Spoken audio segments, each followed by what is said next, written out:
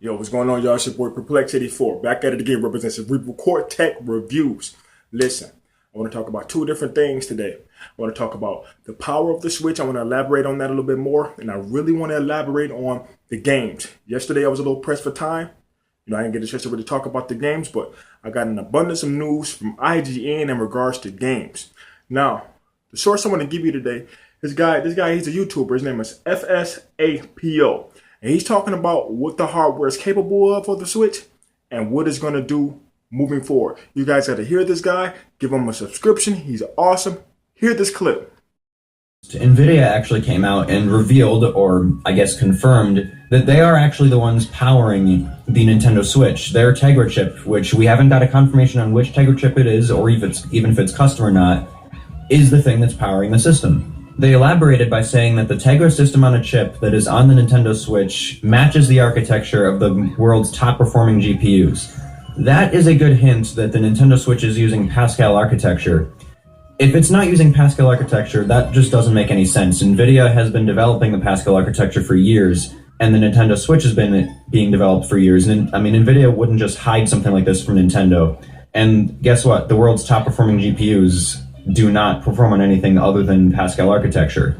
Now, using a modern architecture provides two major advantages. The first advantage is that it can provide the best possible performance per watt, aka efficiency, for the given chip.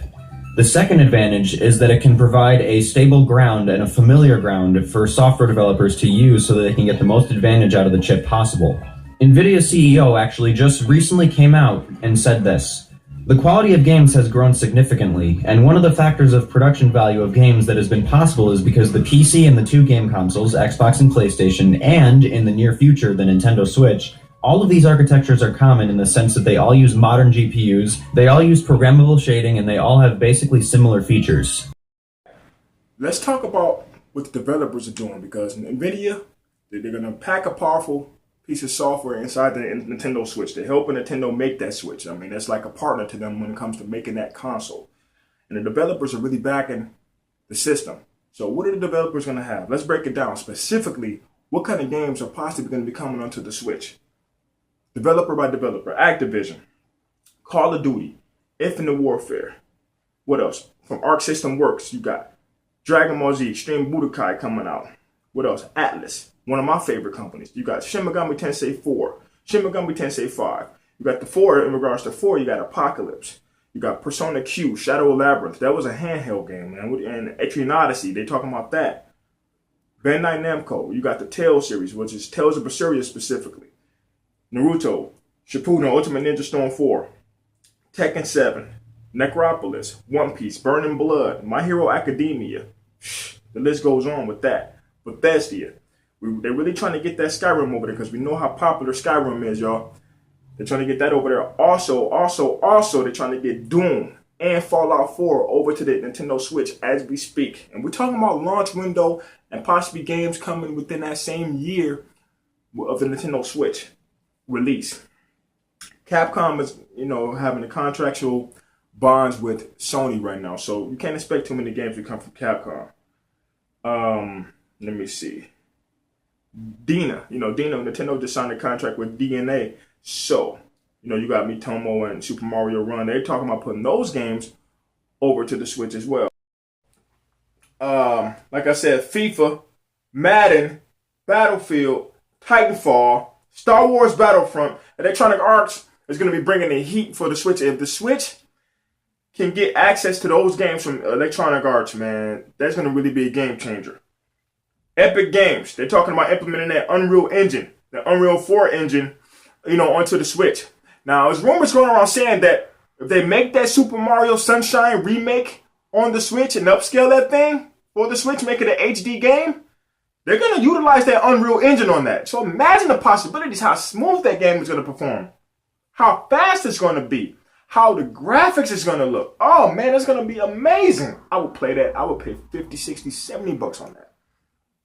For that.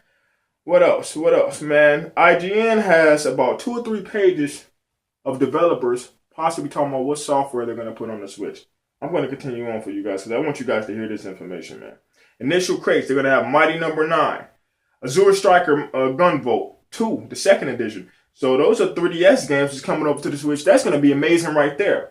Koei Tecmo, they're responsible for the Ninja Gaiden series. Oh, imagine Ninja Gaiden on a Nintendo platform. I haven't seen a Ninja Gaiden game. Well, they had the 3 that came out for the Wii U. That was kind of garbage. That was just a spin-off from the one that came out, earlier on the other systems. But a new Ninja Gaiden game coming out. They also talking about Dead or Alive 5, The Last Round. Metal Gear Solid, they're talking about Konami now.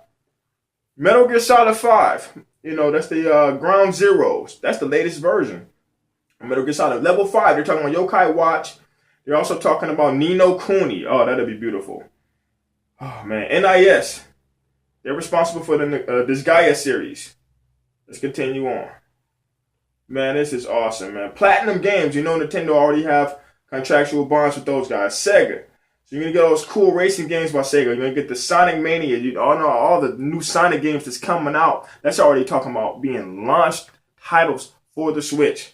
Square Enix. They're talking about Dragon Quest 10, 11, Final Fantasy, Dragon Quest Builders, Deus Ex, Mankind Divided. That's the latest edition of Deus Ex that just came out. Kingdom Hearts 2.8, 1.5, and 2.5 remix. Man, just playing Kingdom Hearts on a Nintendo console on the TV. How would that look? Using that Pascal graphics processing and the overall processing of the Switch in general. Using latest technology, late gen, new gen technology, man. That's going to be beautiful, dude. Look, stay hyped. Take Two, 2K. You're going to get the NBA 2K series coming over. As well as Mafia, Grand Theft Auto 5. What? Grand Theft Auto on the Switch? Telltale's games. Man, it goes on and on and on. You can look at it. Go to IGN.com. They posted it, man. So you're going to get the Walking Dead series by Telltale. You're going to get the Batman. You're going to get the Game of Thrones. It's an abundance of stuff. I'm hype. Be hype. If you a gamer, you ain't hype, man. Something wrong with you, y'all. If you're new to this content, hit that subscribe. If you're not new, show me some love. Share the videos. I'm out, y'all. Love you. Peace.